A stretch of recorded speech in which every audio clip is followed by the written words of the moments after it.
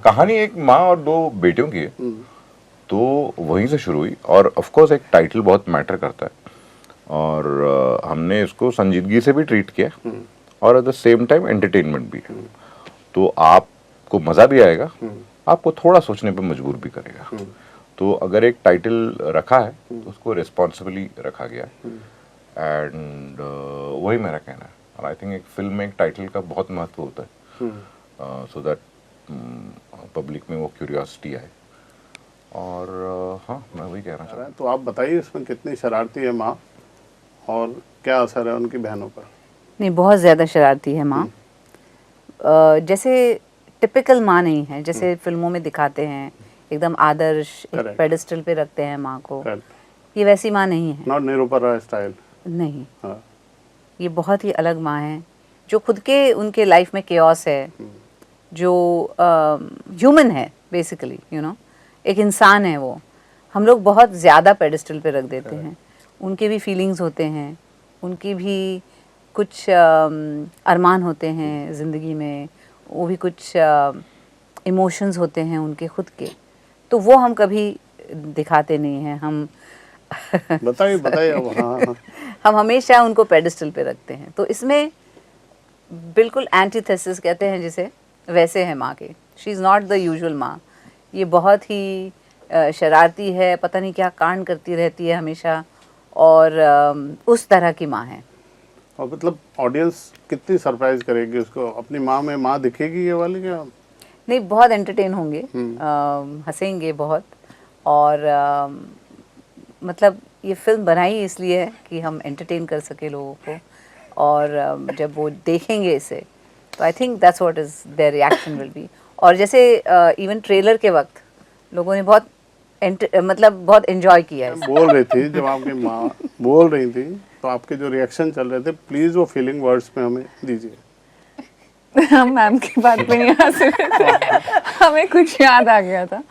और कई बार ऐसा होता है ना, अरे वो हमारा इंटरनल जोक है सर, वो नहीं बता सकते। सेट का है, वो शूट का है? नहीं, शूट का नहीं है, हमारा पर्सनल कुछ जोक था और हमको हंसी आ गई। कई बार ऐसा होता है ना कि आपको हंसी आ गई और आप रोक नहीं पा रहे, और स्पेशली सीरियस सिचुएशंस में ऐसा होता है, जो हमारे साथ सेट पे भी हुआ था एक बार।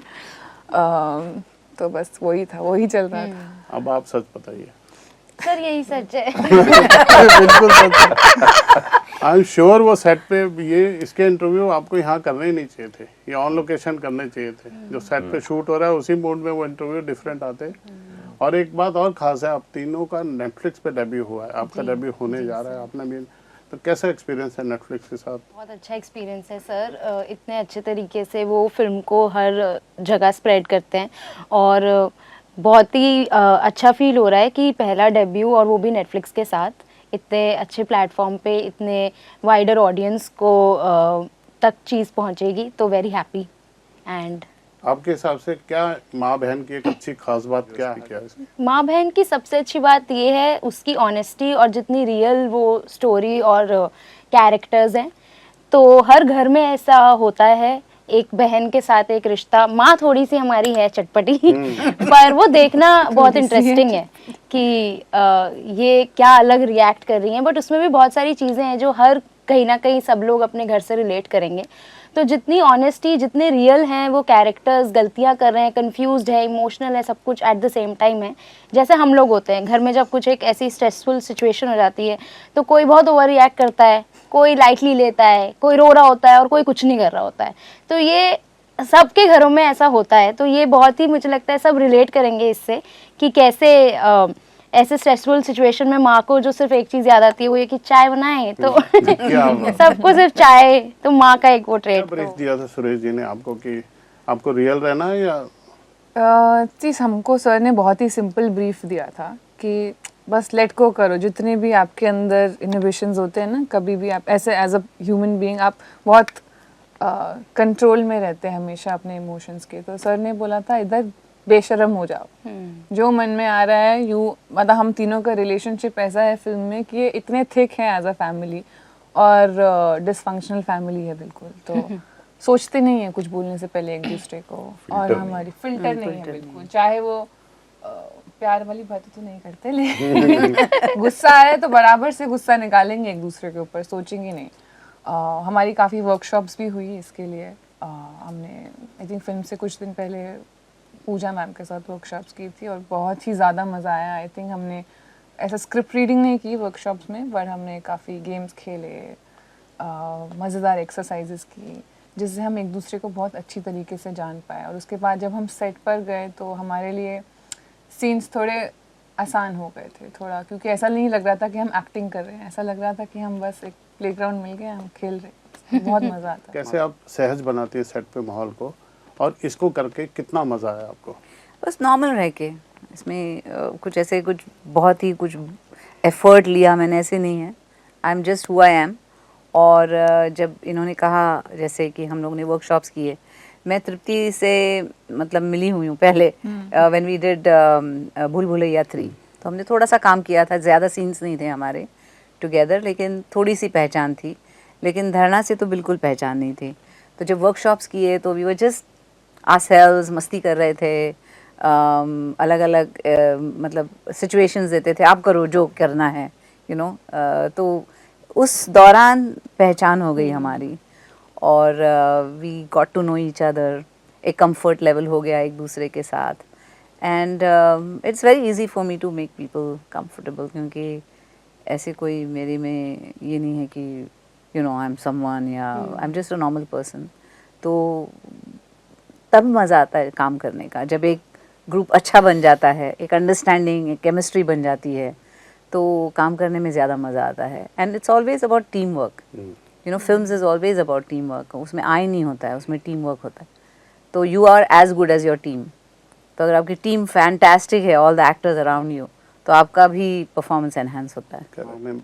फर्स्ट चॉइस माधुरी जी, तृप्ति जी, धन्ना जी यही थे या कोई और दिमाग में था? नहीं, तो इसकी कहानी जब माँ बहन पहली बार मैंने लिखी थी तुम्हारी सुलू के बाद, इनफैक्ट, क्योंकि मुझे एक एब्सोल्युटली एक क्रेजी कॉमेडी टाइप का करना था, क्राइम कॉमेडी करना था। मैं कहीं कहानी में बीच में फंस गया था, तब new writer came on, Pooja Tulani करके, उन्होंने स्क्रीन प्ले और डायलॉग्स लिखा। इसको लग गए 3-4 साल लग गए कास्टिंग, क्योंकि सब जिनको मैं पूछता था, अरे थोड़ा मतलब 3 कास्ट है, कैसे होंगे, कौन माँ बनेगी, कौन बेटी बनेगी। बट विक्रम मल्होत्रा जो हमारे प्रोड्यूसर हैं, he was very excited about it. तो एक बार स्क्रिप्ट लिखने के बाद हमने शुरू किया ढूंढना। मेरा पहला गट ही था कि मैं इनके पास जाऊं, बट क्योंकि मैं उस समय जलसा कर रहा था, फिर उसके बाद एक और प्रोजेक्ट में फंसा हुआ था, टाइम लग गया। 2024 को 2024 अगस्त में मैं इनके पास गया, मैं और मेरे राइटर, और हमने नरेट किया। आप बिलीव नहीं करेंगे, इन्होंने एक झटके में हाँ कर दिया, और मेरा बहुत मन था इनके साथ काम करने का। मैं बड़ा नॉर्मल फेस बन के आया, लेकिन मैं अंदर तो मैं नाच ही रहा था। okay. उसके बाद टचवुड, मैं डिप्लोमेटिकली ऐसा कुछ नहीं कर रहा, मैं बोल रहा हूँ कि उसके बाद मेरा मन था कि मैं तृप्ति को पूछ के देखूँ। उस समय एनिमल रिलीज नहीं हुई थी। फिर अक्टूबर में मैं उनके पास गया, मैंने बस एक ही इक्का यूज़ किया, मेरी फिल्म में माधुरी दीक्षित है। क्या बात है। फिर नेटफ्लिक्स ऑन, फिर धारणा मेरे राइटर ने सजेस्ट किया था। फिर ये आई, इन्होंने एक ऑडिशन दिया, बाकायदा एक ऑडिशन। मैं उनका रील देखता था, बट बाकायदा ऑडिशन दिया, और एक ही, मैंने किसी और को ऑडिशन नहीं किया उस रोल के लिए। वो ऑडिशन किया और लॉक कर ली। Then that's how the casting happened. और मैं बहुत लकी हूँ सर कि गीतांजलि कुलकर्णी जैसे मंजी हुई एक्ट्रेस, रवि किशन जी जैसे एक्टर, अरुणोदय, शार्दुल, ये सब बहुत अच्छे सेट ऑफ एक्टर्स हैं। तो मेरी लाइफ थोड़ी आसान हो गई, इसलिए हमने फिल्म 41 डेज में शूट कर दी। और फिर नेटफ्लिक्स, और क्या होता है कि आप कुछ भी सोच सकते हैं, आप सोच सकते हैं कि आप एक ऐसी फिल्म बनाएंगे ऐसे, बट जब तक आपको उसका सही प्लेटफॉर्म और सही बाउंसिंग बोर्ड नहीं मिलेगा, और अगर नहीं दिखेगा तो क्या पॉइंट है। तो then Netflix came on board because we very very happy. But casting मैं बहुत ही लकी हूँ सर उस मामले में। चलिए, बहुत शुभकामनाएं। हम Thank you. उम्मीद करें लोगों को भी ऐसे ही पसंद आए, थैंक यू। और सक्सेस के बाद हम लोग फिर मिलें एक बार। अरे क्या बात है। तो देखिए माँ बहन On 4th of June on Netflix